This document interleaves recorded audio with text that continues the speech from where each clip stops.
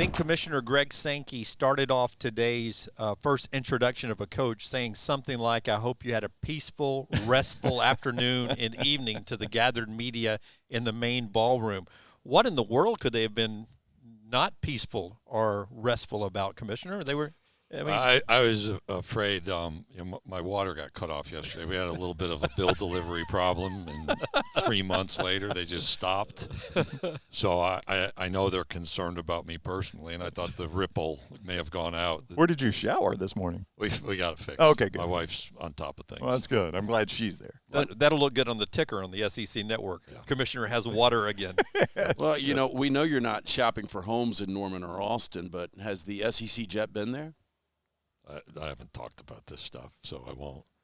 So no comment on the report from the Houston Chronicle that has Texas and Oklahoma. You've always been on the cutting edge on how this conference is always looking to the future. You look to the future. You're here and now, but you are looking to the future. That includes the 12-team playoff discussion. Do you think college football one day moves to another big landscape change of expansion for conferences? As you were asking that question, I was thinking about Back to the Future when Doc Brown called Marty McFly Future Boy. Yeah. With Huey Lewis playing in the background. Absolutely, and making a cameo. That's right. Given what's been speculated and reported, I've just not talked about expansion numbers. I actually don't, that's just not the focus. The focus is literally on, the last year and a half we've been trying to figure out how to operate in a COVID environment. And it's not as if you think about a lot more. But times are changing, and we've got name, image, and likeness. We've got Congress interest. We've got state legislatures active. So the future of college sports will be different, period. We're going to have to think forward in a different way, and we're going to have to adapt continuously. Commissioner Greg Sankey is with us. Let's talk about that expanded playoff. It seems to me that every time playoff expansion comes up, the SEC is the one that says, hey, we'll do whatever. I mean, it was 2 teams. You didn't like it then because we had 2 teams in the championship, so that pushed it to 4.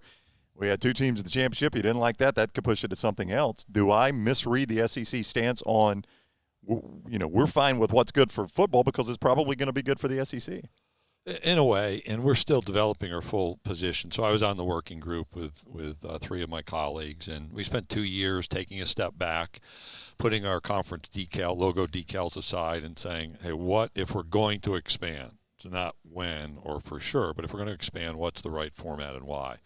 And that led us to 12 teams, and we could do a whole half hour on the pluses and the problems on each side. But, yeah, I think last year we would have had 4 teams competing.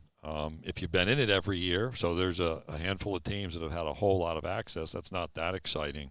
But trying to balance the number of games, access, bringing in a national sport. College football is a national sport, yet the West Coast is left out with great frequency. I look at it and say we're going to be fine. It may be a little bit more challenging path. We may have to think a little bit different about certain aspects of the game. But if you want us to kick your tail when there's a small number, we'll kick all y'all's tail in a bigger number. Wow, right? That's kind of what I was saying there. I didn't think you would say it that way. Yeah, but thanks for translating. I mean, there's no guarantee, but that's the way it's going. I'm not. We just won a volleyball championship for the first time in our history. Right. It's not going to take like the rest of our history to win another. I mean, this is a league that's on the move, and we had eight different universities win national championships. That's a pretty incredible accomplishment, which is about commitment, support, drawing people in. You saw the USC track coach win a national championship on a Saturday, take the Georgia job on Sunday. The Arizona baseball coach leaves Omaha, Baton Rouge. Jim Schlossnagle at TCU has led his team to the World Series. A&M, Kim Mulkey, Hall of Fame coach, Baton Rouge. I mean, this is a place people want to be. And part of it is the confidence that competitively you're going to have the support. You're going to be challenged every week in an intense environment, and that sets you up for national championship level success. Bob Bowlesby, a guy you know well, said the expansion of 12 teams wasn't about revenue. It was about bringing other programs closer to the flame. It seems like everything's about revenue. We never talked about revenue. I mean, it's out there, the what ifs. It's a hypothetical part, maybe some assumptions, but it wasn't, will this bring us the most money? and we're going to have to adapt. But Bob's right. Yeah, this was.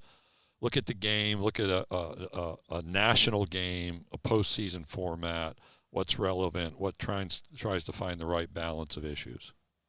What I found so impressive about what this conference did. He just stared at me at the end. I know. I'm telling you, it was not like, hey, what are the dollars here? It is what's I mean, the right. you guys don't outcome. need it. I mean, what is it, $45.5 million per school now? Well, if you make decisions solely based on money, and I've said this with my career, I talked to a bunch of student-athlete volunteers. If you're just going to let the money lead everything, you're not going to make really effective decisions. Right. So you have to make effective decisions, and the money follows. Mm-hmm. But you are smart. You're a smart money person, and I thought one of the most You should impressive. have seen my first job, and then the second job I took. Was was the less first than my job, first was job. it the gas station or fast food? I worked at Wendy's for 3 days before I pumped gas. Okay. In a full-service I thought I gas remembered station. I was that. thinking more career-wise. Okay. But anyway, Hey, you got to start somewhere. So you and Nick Saban both pumped gas at one point. I did not make that connection personally. I had with the paddle boards with Mike Leach and house painting. Like somebody, I said, Mark Stoops and I have both have painting in our background. Well, people interpreted that to like artistic painting. Oh, Monet. I had two people come up to me and said, "Yeah, like, do you paint pictures?" Yeah. Like, what are you talking about? Well, you and Mark are painters. Yeah. But you paint your own rooms in your house? Not anymore. Okay. That Not was to the old say days. I have. Not I mean, in anymore. college I painted houses.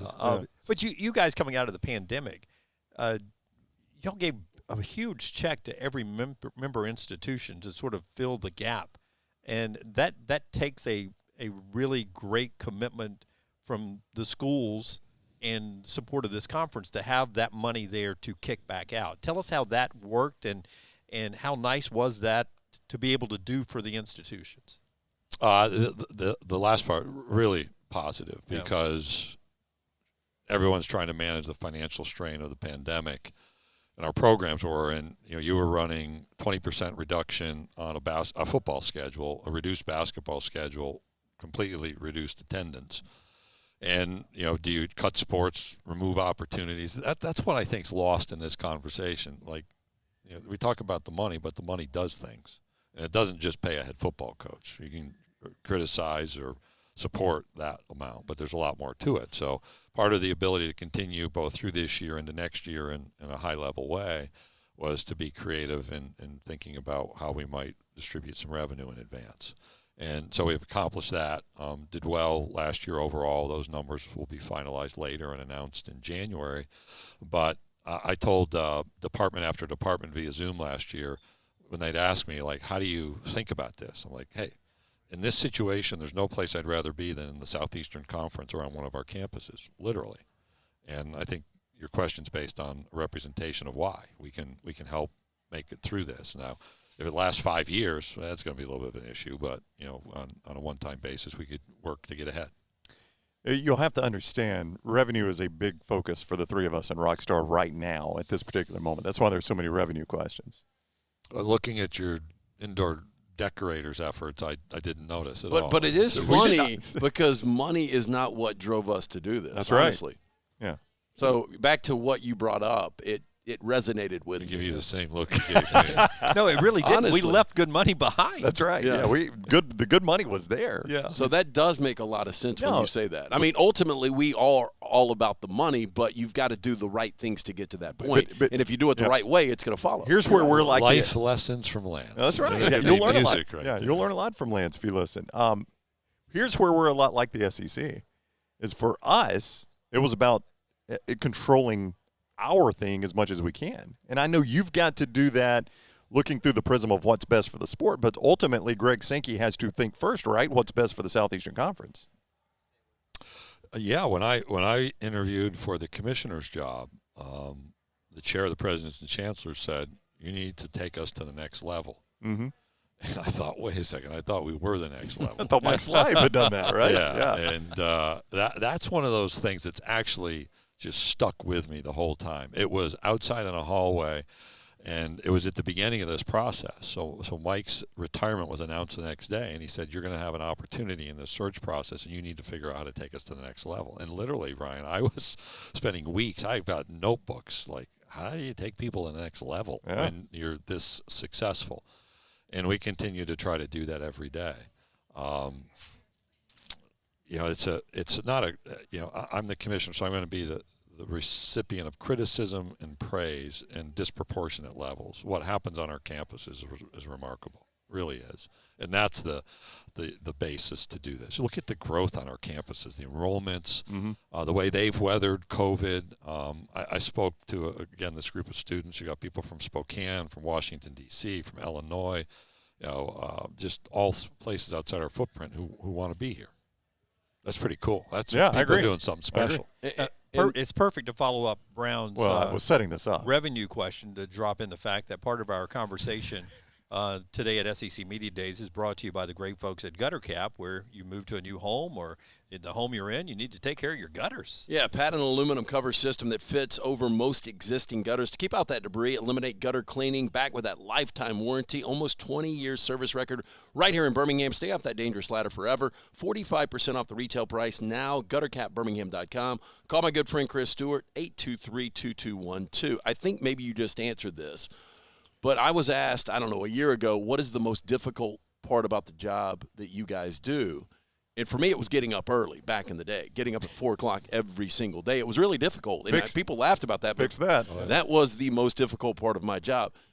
As far as the SEC commissioner, what is the most difficult part of being the commissioner? I would like to support your sponsor by saying we had somebody with ESPN that works with us fall off their roof. Oh, no. Cleaning their gutter a couple of years ago. And There you that's go. a bad, that's horrible. That's a bad deal. Look, I know you don't paint anymore. There's zero chance you would get on a ladder, right? No, I don't do that anymore. I have. Like, we moved after the revelation that Jim was chasing me with his car during my running. So I'm in a parts unknown. But I used to. It was 3 stories up. I'd clean that gutter for years. So No, thank you. we had added gutter caps. What did you ask me? Most difficult part of your job. Yeah. Remembering the question that was actually asked when I answer what I want to answer. I appreciate you, helping out the sponsor, though. Answering Emphasizing. the question I was actually asked. It's relentless.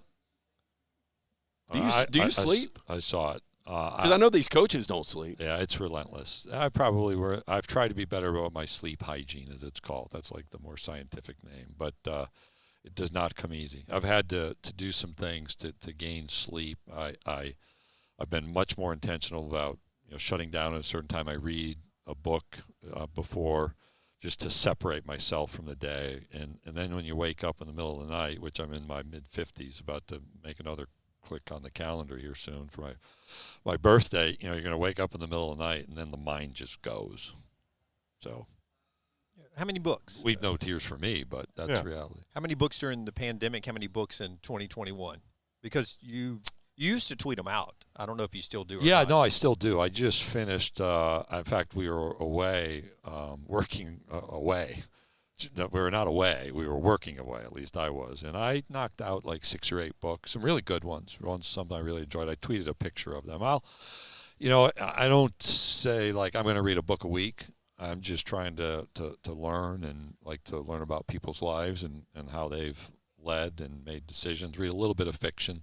See, we don't read. We watch a lot of movies, and I'm one of those. Can tell. Yeah, I know. I mean, really, it shows the intelligence level of a lot of people. But, there's certain movies that I'll watch 10 or 15 times. Is there a book that you've read more than 3 or 4 times? They Call Me Coach, which is the biography of John Wooden. I still have the copy I won for having the Clean Desk Award in 6th grade. And I've never had a clean desk since that 1 month in my life. I tried to read The Pyramid of Success. It was impossible. You wouldn't start there. I mean, you would start with the better read about activating that is Be Quick But Don't Hurry by Andy Hill, who played for John Wooden and just did not enjoy his experience and had a lot of resentment built up, hadn't talked to Coach, and 20 years later he's running CBS Productions, and he calls John Wooden and started this relationship because he realized every day of his life he used something he learned playing basketball under John Wooden. Wow. Did you meet John Wooden? I did one time. I was in a room with him probably 10 times, and I was asked about people that I'm like, wow, when I've met them. So I was in a room with 10 times. I used to carry that book, Complete Stalker Move, because I wanted him to autograph that book. But I was like so respectful. This goes back to the late 80s that I never went up to him. I'm like, I'm not comfortable. Finally, in the Final Four in Minneapolis, I had Be Quick But Don't Hurry with me, the book that was written by his former player. He was next to me on Saturday. I just like prayed he'd be there Monday. It was across the aisle, and I wrote a 2-page letter to him thanking him for the example of how he led his life.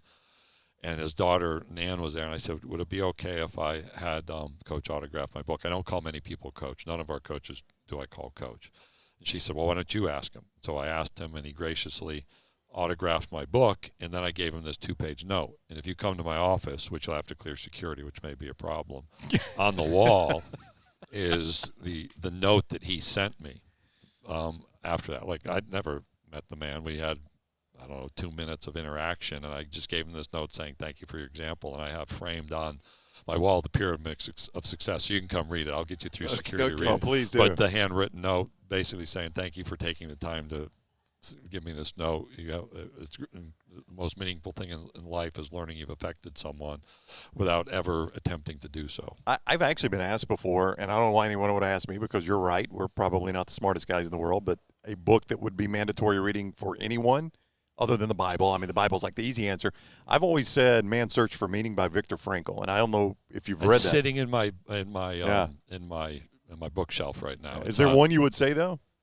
The Life You've Always Wanted by John Ortberg. I actually spent a night in the hospital in my mid-30s. I was coming here. It's just like the circle of life or how God works. I was coming here to meet with Roy Kramer, and I passed out in the Atlanta airport bathroom, which is not a good place to pass out. Not when you're getting up off the bathroom floor floor in life, yeah, not for the reason I had an irregular heartbeat. Tell me what it's like to be professional at it. Mine was an irregular heartbeat while I was going to the bathroom, Right. and spent a night in the hospital. And I came from that trying to figure out, like, how do I balance? I was a commissioner, and I'd gone hard for a year. I wasn't taking care of myself. Really good experience to set me up for how to manage this when you were talking about, like, sleep. And I had all these interviews with, like, corporate VPs, so big-time VPs, like, how are you balancing things? And then I bumped into this book in a bookstore, The Life You've Always Wanted. I'm like, man, there it is. And he's a Presbyterian pastor. He's left that ministry since. But in the 12th chapter, he says, the problem with seeking balance is not that it's too great a goal, but it's too slight. I'm like, well, I got all these notes about balance. And so that informed, like, developing a set of principles. I was thinking about the pyramid of success. Like, how are you going to make decisions in life? The best decisions you generally make in advance based on a set of principles. How was I going to take a new job if I ever did? How would I, interact with my family? How would I think about relationships? And so from that, I wrote it out, and I actually spent time with the students talking through that experience and the outcome. But Life You've Always Wanted, be quick but don't hurry. The Old Testament book of Ecclesiastes is completely undersold in life. It starts out with the Kansas song. I mean, he had a preview copy, apparently, of Dust in the Wind, right? Right. And then it goes through the Bird song. Do you like that song, by the way? Oh, yeah. Yeah, I do. In fact, I found in a vintage album store in Omaha, an old Kansas album that I bought. I've got a record player. You forget how great that artwork was back then. The Kansas, Kansas. Then it's got a ship on the there's cover, I right? bought a different one, and I can't even remember what's on it now because I've hadn't slept in a week. But anyway, back to it. And then it goes through this guy at the end of his life saying, I tried to fill my life with alcohol, basically, and entertainment, and it didn't work. And I tried to build things. This is King Solomon. And I spent time being entertained. And every time I did these things, I was left with emptiness. Was just chasing the wind. And then he walks through, like, tough things in life. And there's a line in there that God has sent eternity in mankind's heart. That's, like, I think, the line in the whole Bible that you ought to spend time thinking about, regardless of your faith right now. You ought to go back and read that. Second chapter, I think, after the bird song, which is embedded. That's chapter there. 3. Yeah. So chapter 2 is that I did all these things. Right. That's a big deal. And then it ends with this poetry about when you get old and the birds chirp and wake you up at 4:30 in the morning, which, there you go. That's real. And then finishes really strong, so I won't give away the ending. We just got deep, but you mentioned that you don't call any of the 14 guys in there coach. Yeah. You better hope Deion Sanders gets a I job saw that. in the SEC. Before I came here, there was a guy, John Gertie, used to work in the SEC office. I'm like, do you have any advice? I was a bit intimidated in 2002 when I made the move from the Southland Conference to the SEC. For good reason. And I called a few people and said, like, how do I think about this? And he said, don't genuflect. I'm like, what does that mean? And he says, don't call him coach. And I'm like, anybody? He says, yep, don't call him coach. Call him by their first name. So my second week, Jim Herrick calls me. The first week has got a great story in it. Second week I'm here, Jim Herrick calls me. So here's the moment. Hey, coach. No, it's hey, Jim. Yeah. Hey, Jim, good to talk to you. And he was angry about the kid who wasn't eligible for a few games. It was pretty entertaining. And then like 3 weeks later, Frank Broyles calls me, which was the real moment because I used to watch him doing ABC games. Right. With Chris Schenkel. Yeah. And Keith Jackson. And it's hey, Frank, how are you? Hey, Frank, how are you? Wow. So, yeah. Little sweaty palm, maybe, when you said Frank? A little tremble in the voice, but he was fine. Do you like he them didn't walk out. Do you like them to call you Commissioner or Greg? Greg's fine. Okay. You know, I've had predecessors, and some people use the name. I tell our staff used to is called my two predecessors Commissioner, and it's an honor to the position, but you know, times change, as I noted earlier in the week. And I've said, you can call me Greg. That's who I am. I'm not defined by the role. I work in the role, but I have really tried not to let this whole thing define who I am. Part of our coverage out here being brought to you by the great folks at Ballantrae. A lot of rain, but we got a good weekend ahead, a good time to get out and play a little golf as well. Yeah, 620-GOLF, 620-4653 to make a tee time at Ballantrae Golf Club, just off I-65 in Pelham. 18 championship holes of golf. They keep it in fantastic shape. You can even help your game there. Get a lesson from that great teaching staff. BallantraeGolf.com or 620-4653. Yesterday we got word that our friend Bobby Bowden at age 91 is struggling and with his own personal battle here in life, and we lost some great SEC coaches last year as well, the Johnny Majors, the Ray Perkins, and the Pat Dyes of the world. These guys leave great legacies. They change people's life, whether they know it or not, just like you were mentioning with Coach Wooden. Can you share with us a little bit about what you know of the impact Johnny Majors or Pat Dye or Ray Perkins had on this league, or even Bobby Bowden to college sports? Yeah, not really from a personal standpoint. I was able to meet Johnny Majors, and so I've heard stories about each of them. You know, I talked to Pat Dye, and it was pretty much about divisions when I talked to Pat Dye. If you can think about what that might mean without introducing a topic. Well, it used We've to be, had it. It used to be the biggest topic here every year. Every May. Should Auburn go to the Every East? May. That's right, yeah. That and beer. Yeah. And so they leave a legacy. They're giants. There's a reverence that occurs, and I think that's the symbolism. And you know, these were hard jobs then. They're hard jobs now, and not everybody walks out and says that was like the greatest experience of my life. That's not life any place. Right. But so many people over generations talk about moments that they had encounters or somebody who played for or they played for and how that shaped their life. That's part of what's special about college sports, and I tried to communicate. This is just different than professional sports. People say, oh, there's no difference. Well, I would beg to differ. The level of learning that takes place in the 4 years of one's college enrollment is unlike any level of learning in a 4-year period throughout life. You've listened to our show long enough to know we always have to say this. There's really no way we can transition from that answer to what Lance is about to do. So we're just going to make it as awkward as possible, and we'll go to the list. I'll fill in that I just want this is not being video recorded. Absolutely it is. Actually it is. Oh, is it? Yeah, so yeah. people can see. Yeah. They didn't need a note for the Ballantrae read. I did not. These no. are pros. That's right. All you listening, these guys are pros. That's right. Can you, before we get to the list? By the way, this is not the same show, so I don't know what's about to happen. We've lost the table. Well, we asked you, you walked in the other day and you looked at our logo and you said what? That apparently the contractual discussions to leave did not permit you to take the table. That's so right. It's just the next round. We just got the next round. No table. Yeah. That's right. I think it should be duly noted. And the nut dust. I haven't heard the nut dust yet. Oh, we got nut dust. You can't see out of the hallway for the pile of nut dust. It's a good time to do it if you want to transition to that. Yeah. But if you being an artist and a painter like you are, you could almost envision that being a tabletop if you look at That's it. right, yeah. You've got an artistic eye. You know that. Okay, blur your eyes and maybe you see something. Yeah. A dolphin will jump out at you. Okay, so for completing the list, we will give you your selection of nut dust, okay? You can have an E1. Wow. I know you're excited about that. Yep. Okay, here we'll start. Best sandwich you've ever had in New York City. Wow. Oh, that's a bad answer. There's that deli Mike used to take us to. What's the big deli? Catherine, what's that deli we used? What is it? Cat's Deli. Cat's Deli. Something there. Club sandwich probably, which is it's not very boring. adventurous. Yeah, but now I go to Irish pubs and have Irish stew. That's a lot What's an more Irish adventurous. stew? Yeah, what is that? I don't ask questions. I just eat it. You don't know? I guarantee you there's beer in it. Yeah, probably Guinness. Yeah, 100% Guinness, there's beer in it. And yeah. beef. So Beer and beef, yeah, and probably potatoes. Brown. most Brown. random person you've got in your cell phone.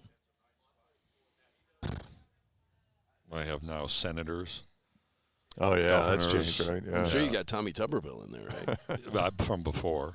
Yeah. Just I've had to update the Yeah, it's changed. I'll let you know. Yeah. the list of Yeah. the title, right? That's what it is. right. That's I mean, The one that doesn't fit with the list he's naming is Ryan Brown's. Why? That your name is on his cell phone. Well, it is. Yeah. But I'm not you random. know, that makes sense. With the senators. and Oh, that's coaches. true, yeah. I don't fit in. commissioner, NFL commissioner, Yeah. NASCAR president. I mean, I can name drop. Do you have a NFL coaches? No, do you have a relationship with Bill Belichick with Is Roger that good? Goodell? Is Bill Belichick? No, good? Bill Belichick's a good one. Yeah. Yeah, But do you have he'll a- call me? Do you have relationships with those guys? Yes, with Roger, I do it. He was really. You helpful send him last year. half the league, I would hope. That's true. I know Adam, and I've spent time with Gary Bettman. Rob Manfred is in upstate New York. He's from Rome, New York, so I've had time with him. I don't know. I know Roger probably. He and I have interacted more than the others. Okay, well documented. You're a big time runner. Better running shoes, Hoka or Brooks? I'm kind of all. I've tried the Hoka. They just don't have the feel for me. So I just They I've seem got a pair they of seem Brooks. too thick. Yeah, and just the stability feel for me is not right. And my brother loves them, so I'll give him that But shout out. so- But I've got two pairs of Brooks. I've been wearing On Cloud running is my Okay. daily thing. I've just found a fit with an insert that works really well. So I don't run because it tears my knees up, but I have been told by people that have that same issue that Hokas will fix that. Yeah, that's part of it. I tried that, and it just doesn't work right. So Okay. I kept searching. There have been a lot of purchases in the last year to get it right. So I think I found a couple good destinations. I walk, run, So sprint. they show up at the office. So Yeah. I've tried everything. I run, walk, sprint, and the first time the guy at the shoe, I went in with a knee problem. Said I'm having a knee problem when I'm running, and he brought the Hokas out, and I said, "You brought these out because I'm old. They look like orthopedic shoes." And I said, "They don't look like the rest of your running shoes." He goes, "No, this is what you need." He goes, "I run with them." He was like a 20-something guy. I said, "You do not." And he actually walked to his car, went in the trunk, and pulled out his running shoes and showed me before I bought them. My brother's competed in Ironmans, and he went to Hoka's like 10 years ago, and he described them as lazy boy for your feet. Oh, wow. I like the sound of that. Okay, so would you rather run outdoors with a good amount of inclines or indoors on a treadmill? Outdoors, easy, not even a question. Even with inclines? Absolutely. Yeah, it's a I've mental. not run on a treadmill in this whole streak. I've done like some marathon training stuff. I was using treadmills, and it irritates my shins. Yeah, but remind us of the outdoors. streak, by the way. It's amazing. I think I'm at like 460 straight days of running 35 minutes or more. So today was 38 minutes. Monday was interesting because it was poured. Oh, it was awful It Monday. poured. Yeah. So I rain like gear, running in the rain. Do you not like running in the rain? compared to like 75 and sunny and no humidity, I would take the latter. but But it poured. But running outside is a mental exercise to you. Yeah. Before I would imagine Yeah. too. If you're on a treadmill, it's not the same Yeah, experience. and like I've listened to podcasts, which is no reflection on what I'm about to say of this podcast, but the last 2 weeks I've just taken the headsets off and been there by myself. It's really been actually pleasant. The hot podcast's been with me for a year and have been really helpful, but I've really enjoyed nothing. Yeah, we encourage people not to do that. For the record, Not to take listen. the earphones out and not listen to podcasts. We I encourage run you to with listen. aftershocks. I run with aftershocks if you care. Those are awesome. Would you rather have a great burger or great pizza? Pizza. What's your go-to? Lou Malnati's, right? You know, we got a guy from Chicago in our office. My daughter went to Wheaton College near Chicago. There's a Giordano's in Wheaton that I would hit all the time. Great salad leading up to it. Love their salad there. But Lou And then Malnati's at is yeah. that's the king, right? See, I like Gino's East better. I'm sorry. What did I say? You said Gianardo's. Was it Yeah, Gino's? that's how tired I am. Gino's East. Yeah. Yeah, Gino's East. You I'm know, sorry. they've got the What- corn flour crust, which sets them yes. apart. With it's a high percentage of pepperoni in that thing. When Yes, they do it. sir. I'm sorry. Yeah, but the Lou Malnati's has got the buttered crust. Gino's East. Gino's East. I'm with. Yeah, I'm with what the am I commission. talking about? like the I one would that- go up and visit her because you'd have meetings at Chicago Yeah. at the Big Ten, and I'd zip out there, hello, and it was like a joke among all her college friends. That's all she ate when her dad showed up was Gino's East. Gino's East. Now, would you rather do breakfast for dinner or dinner for breakfast? My oldest daughter just got married, had a reception at night, and she had breakfast for dinner. Lance calls her a redneck. Oh, see, I I'm love just telling doing you, that's that. what Lance says. He says it's redneck. My kids love it. My daughter got to have her special moment, and I That's didn't right. get to have a carving station. Breakfast sandwich with a I tried. with a waffle on the side and a breakfast sandwich. It's good stuff. man. Okay, something you refuse to do around the house. We know paint now. No, I would do that. Do you mow your own grass? I do not. I used to. I really enjoyed it because that was the one thing I could see that was productive in my life. You don't see a lot of production from day to day in my work world. There's not a lot of options. I know my limitations. Like I've hung ceiling fans, but I'm not doing that. Such a pain. Lighting and stuff like that. So no, we're going to hire most things out now. Time has become an important part. Understand. Speaking of which, so we're getting the wrap. yeah, no, are we getting the wrap? Yeah, Okay, yeah, one so, more. One more. She can unplug the keyboard. I've got two No. more Two more. quickly. Come on, it's on me. Best war movie of all time. We were soldiers once and young, which is Is that the Mel Gibson? Yep. Yeah. That's and if you read the book too. Yeah, I've read the it's book like, actually. Yeah. That's why there's a lot of good ones. A lot of good ones. The Longest Day. If you want to go back, just the cast in the Longest Day. Yep. Longest Day is pretty good, but then you get Private Ryan with what it was really like. Did you like Apocalypse Now? I mean, it was fine, but Hamburger Hill, Full Metal Jacket had this series of things. Platoon, yeah. Yeah. Okay, better alias, Joey Freshwater or Could Ron I just Mexico? throw Vince Vaughn in there? Which one was he in? Wasn't he in one of those? Oh, he was. Vin Diesel was in Saving Private Ryan. Okay, Is that that's what you're it thinking was. of? Yeah. No, there was another. There was a appearance thin in- red line, and it wasn't. That's Vince, right. It wasn't Vince Vaughn though. I forgot. Okay, text me. You can give it to. Okay. I'll try Better to- alias, Joey Freshwater or Ron Mexico? Joey Freshwater, I guess. But I'll give you this. When I interviewed for the commissioner's job, the search firm gave you an alias. Right. Yeah, and mine was like Michael Cusinelli, something like that. So when I checked into the hotel, there'll be a room for Michael Cusinelli. And then Did you ask how to spell that? it ended up being a board member for the company that was running the search. I'm like, the whole world knows I'm a candidate. So it's not like a big secret. And everybody in the room knows I'm coming. So if somebody discovers I'm being interviewed, it's actually not a story. No. So I go down and they took you to a car to, it was at the Atlanta Renaissance Concourse Hotel. I'm like, I have my own car. I can just drive over there. No. Every candidate's got to do the same thing. There'll be a driver with a board that says Michael Cusinelli or whatever it was. And that's your car. Dude, I literally work in the building. I mean, I literally work there. And by the way, who was the runner-up? Who was the guy that didn't get the job? I don't know his alias. I don't think it was either of the ones you offered, though. Frank Cusimano. That's a real guy. Frank Cusimano's That's a real guy. That's My guy bad. in St. Louis. All right, Commissioner Greg Sankey, it's always fun. Thank you for the time. Absolutely.